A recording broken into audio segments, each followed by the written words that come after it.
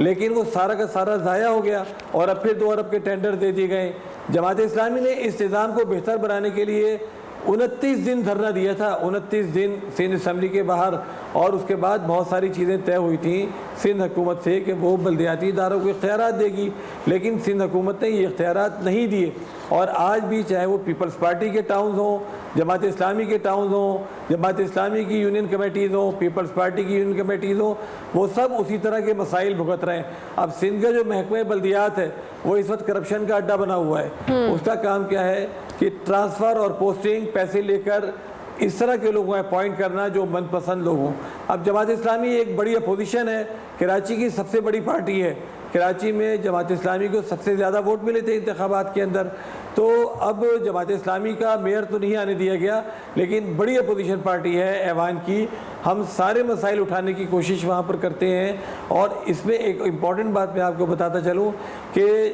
اقتدار میں نہ ہونے کے باوجود ہم نے یہ اہتمام کیا ہوا ہے کہ پبلک ایڈ کمیٹیز بنا رکھی ہیں، محلہ کمیٹیز بنا رکھی ہیں، جو ساری کی ساری اس کام پر لگی رہتی ہیں کہ لوگوں کی نمائندگی کریں، لوگوں کے مسائل حل کرنے کی کوشش کریں، چاہے وہ بجلی کے حوالے سے ہوں، پانی کے حوالے سے ہوں۔ آپ نے دیکھا ہوگا کہ کے الیکٹرک کے حوالے سے کتنی بڑی موو چلائی جماعت اسلامی نے، اور آج بھی ہم اس پر کھڑے ہیں۔ اسی طرح پانی کے مسئلے پر، گیس کے مسئلے پر، نادرا کے حوالے سے دیکھیے اورنگی ٹاؤن کا ایک بہت بڑا مسئلہ کیا ہے، یہاں پر ایک بڑی تعداد ایسی ہے جس کو شناختی کارڈ ٹیکنیکل وجوہات سے نہیں جاری کیے جا رہے۔ یہ لوگ مشرقی پاکستان سے ہجرت کر کے یہاں پر آئے ہیں، اور ان کی بہت بڑی تعداد ایسی ہے جو آہستہ آہستہ وہاں سے آتی رہی اور آباد ہوتی رہی۔ آج ان کی 3ری نسل یہاں آباد ہے، لیکن ان لوگوں کو شناختی کارڈ ہیلے بہانے سے نہیں دیے جا رہے، جس کی وجہ سے نہ یہ لوگ تعلیم حاصل کر سکتے ہیں، نہ ان کے بچے نوکری کر سکتے ہیں۔ اس مسئلے کو جماعت اسلامی مسلسل اٹھا رہی ہے،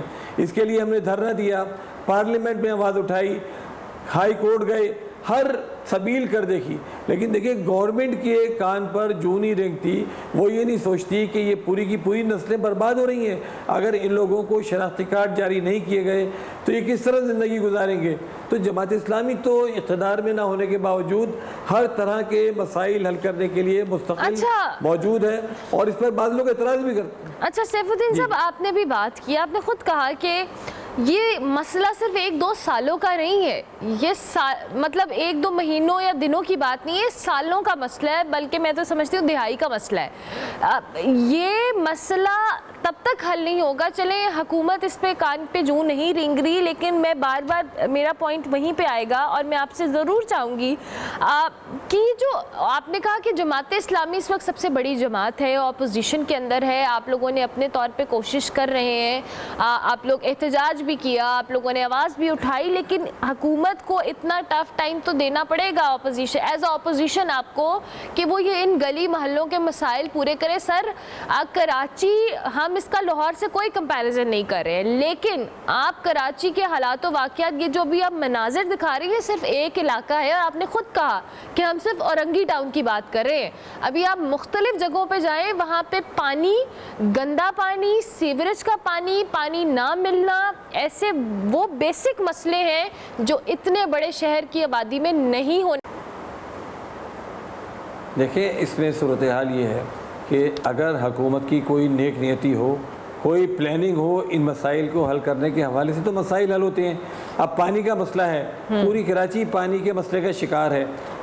سب سے پہلے کراچی میں پانی کا جو یہ منصوبے ہیں عبدالستار افغانی صاحب کے دور میں شروع ہوئے، پھر نعمت اللہ خان صاحب کے دور میں K3 مکمل ہوا، اور K4 کا منصوبہ اس پر کام شروع ہوا۔ لیکن آپ یہ دیکھیے کہ نعمت اللہ خان صاحب 2005 میں سٹی نظامت سے فارغ ہوئے، 2005 سے آج تک ایک بوند پانی کا اضافہ نہیں کیا گیا، اور K4 کا منصوبہ جو چند سالوں میں مکمل ہونا تھا، وہ اس وقت بھی مکمل ہونا تو درکنار، اس کے کوئی آثار نظر نہیں آتے۔ تو جن لوگوں کی نیت نہ ہو، اصل میں یہ جو ایک وڈیرہ شاہی حکومت ہے، حافظ نعیم الرحمان صاحب جو گھڑی گھڑی کراچی میں یہ بات کہتے تھے کہ سندھ پر وڈیروں کی حکومت ہے جو عوام کے مسائل سے تعلق ہی نہیں رکھتے۔ اچھا، ان کے ذہن میں بھی یہ بات نہیں آتی، وہ عوام کو کیڑے مکوڑوں کی طرح سمجھتے ہیں، اور کراچی کے ساتھ تو خاص طور سے تعصب کرتے ہیں۔ کراچی کے متعلق تو ان کے نظریات بالکل دوسرے ہیں، وہی سمجھتے ہیں کہ چونکہ کراچی ان کو ووٹ نہیں دیتا، تو وہ سوچتے ہیں کراچی کو ہم سزا دیں اس بات کی،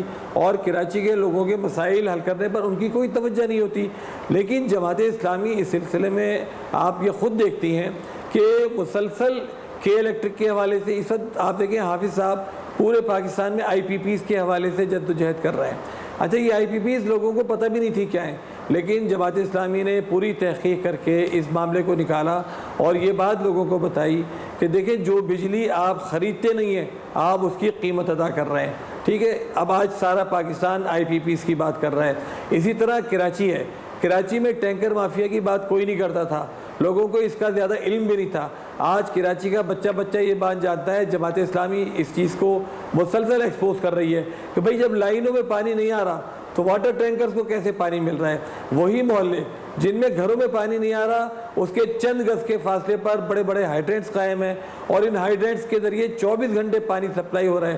آپ کو میں یہ بات بتاؤں کہ کراچی میں کرپشن کا جو سب سے بڑا ذریعہ ہے وہ لینڈ گریبنگ کے بعد پانی کی چوری ہے، اور اس پانی کی چوری میں جو بڑے بڑے سرکاری لوگ ہیں وہ انوالو ہیں۔ یہ کتنی بڑی آئرنی ہے کہ یہ ہم کراچی جو کہ آپ کے ملک کا ایک ہب ہے، جو اتنی بڑی آبادی کا ایک شہر ہے، اور اس کے اندر یہ مسائل اتنے سالوں بعد بھی آج ہم یہ بات کر رہے ہیں کہ وہاں کے لوگوں کو سڑکیں نہیں صحیح سے انفراسٹرکچر نہیں مل رہا، سیوریج کا نظام نہیں بہتر، وہاں پہ لوگوں کو صاف پانی نہیں مل رہا، وہاں پہ بجلی کے مسائل ہیں۔ آپ سوچیں کہ اتنے سالوں بعد بھی ہم اپنے سب سے بڑے شہر کے بارے میں یہ مسئلے بتا رہے ہیں، ہم کہاں دنیا سے کمپیٹ کریں گے، کہاں ہمارے لوگوں کی پروڈکٹیوٹی ہوگی۔ Thank you very much Saifuddin صاحب، بہت شکریہ کہ آپ نے ہمیں جوائن کیا۔ ڈیجیٹل میڈیا کے اس تیز رفتار دور میں خبر وہی جو بر وقت اور جامع ہو، اب ہوں گی جدید دور سے ہم آہنگ۔ دنیا کی تمام اہم خبریں کبھی بھی کہیں بھی صرف ایک کلک کی دوری پر۔ خبریں ہوں گی صحت اور ٹیکنالوجی کی، آپ جان پائیں گے سیاست اور معیشت کی تازہ ترین صورتحال۔ پبلک نیوز ویب سائٹ کے ذریعے سب سے الگ، سب سے بڑی ٹیم کے ساتھ ہر خبر آپ تک بر وقت۔ www.publicnews.com